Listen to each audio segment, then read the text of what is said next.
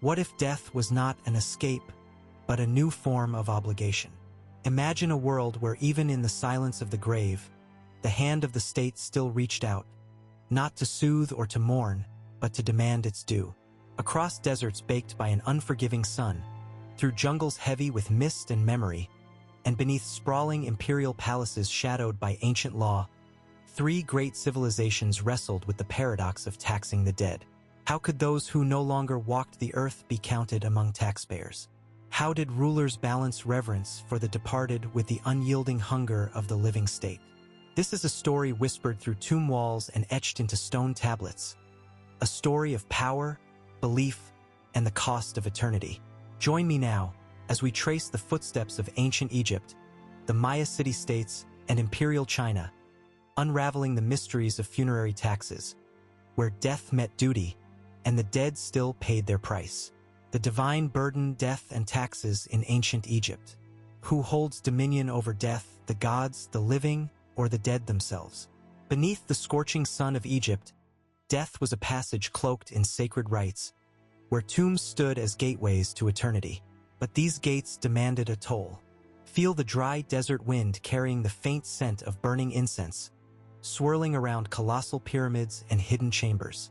Here, the pharaoh's priests collected not just offerings for the gods, but taxes on the dead, levies paid in grain, cattle, and precious artifacts that ensured a soul's safe journey. A noble's family spent decades gathering wealth, fearing the gods' displeasure if the debts of death were left unpaid. Tombs were not only eternal homes, they were treasuries, their treasures exacted by an earthly power claiming divine right. Did taxing the dead cement the pharaoh's immortality, or deepen the mortal burdens of those who remained? The Mayas' ritual economy, taxes beyond the grave. What if death was but a doorway and tribute a sacred song? In the dense green heart of the Maya world, death was woven into a cycle of life and rebirth. The jungle's humid breath carried chants for the departed, and communal rituals required offerings paid through taxes on grave goods and ceremonies.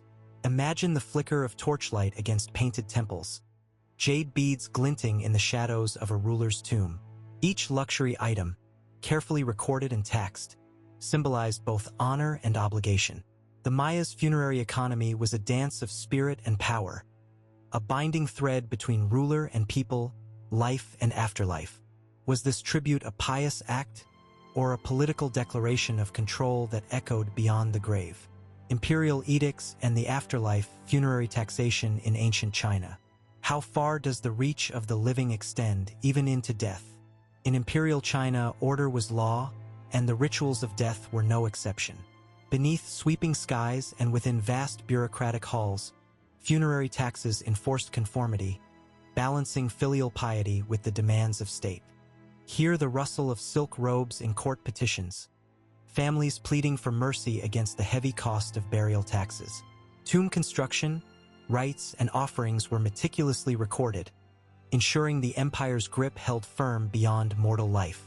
Did these taxes preserve ancient tradition, or tighten the chains of imperial power over those left behind? Material culture of mortality, objects taxed, and their symbolism.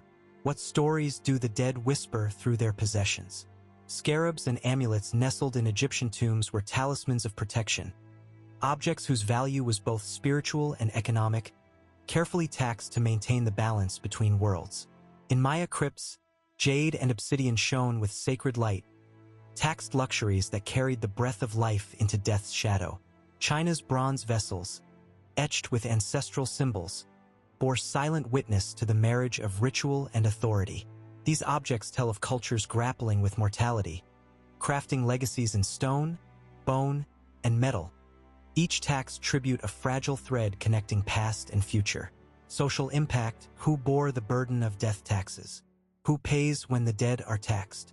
Pharaohs and kings rested in splendor, but their people bore the weight of funerary levies. Families sold land, slaves, and livestock to honor the dead, the cost a heavy toll pressed upon the vulnerable. In Egypt, privileged priests often escaped the burden. In Maya cities, communal duties sometimes crushed the poor. In China, petitions reveal the desperate pleas of those caught beneath the weight of imperial demands. Were these taxes tools of oppression, or bonds of community woven in grief and respect?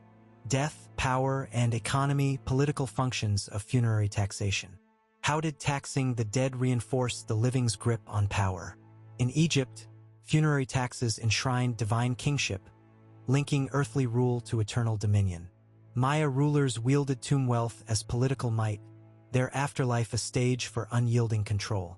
China's bureaucracy used death's rituals to project social order and imperial authority.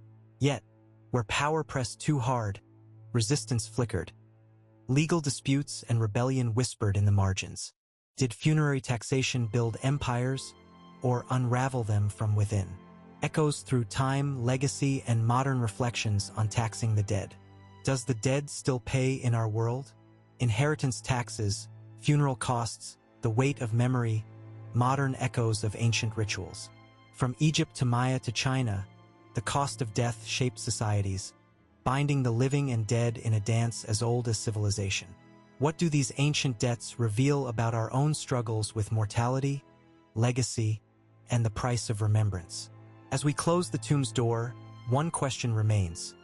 Who truly bears the final cost when death becomes tax?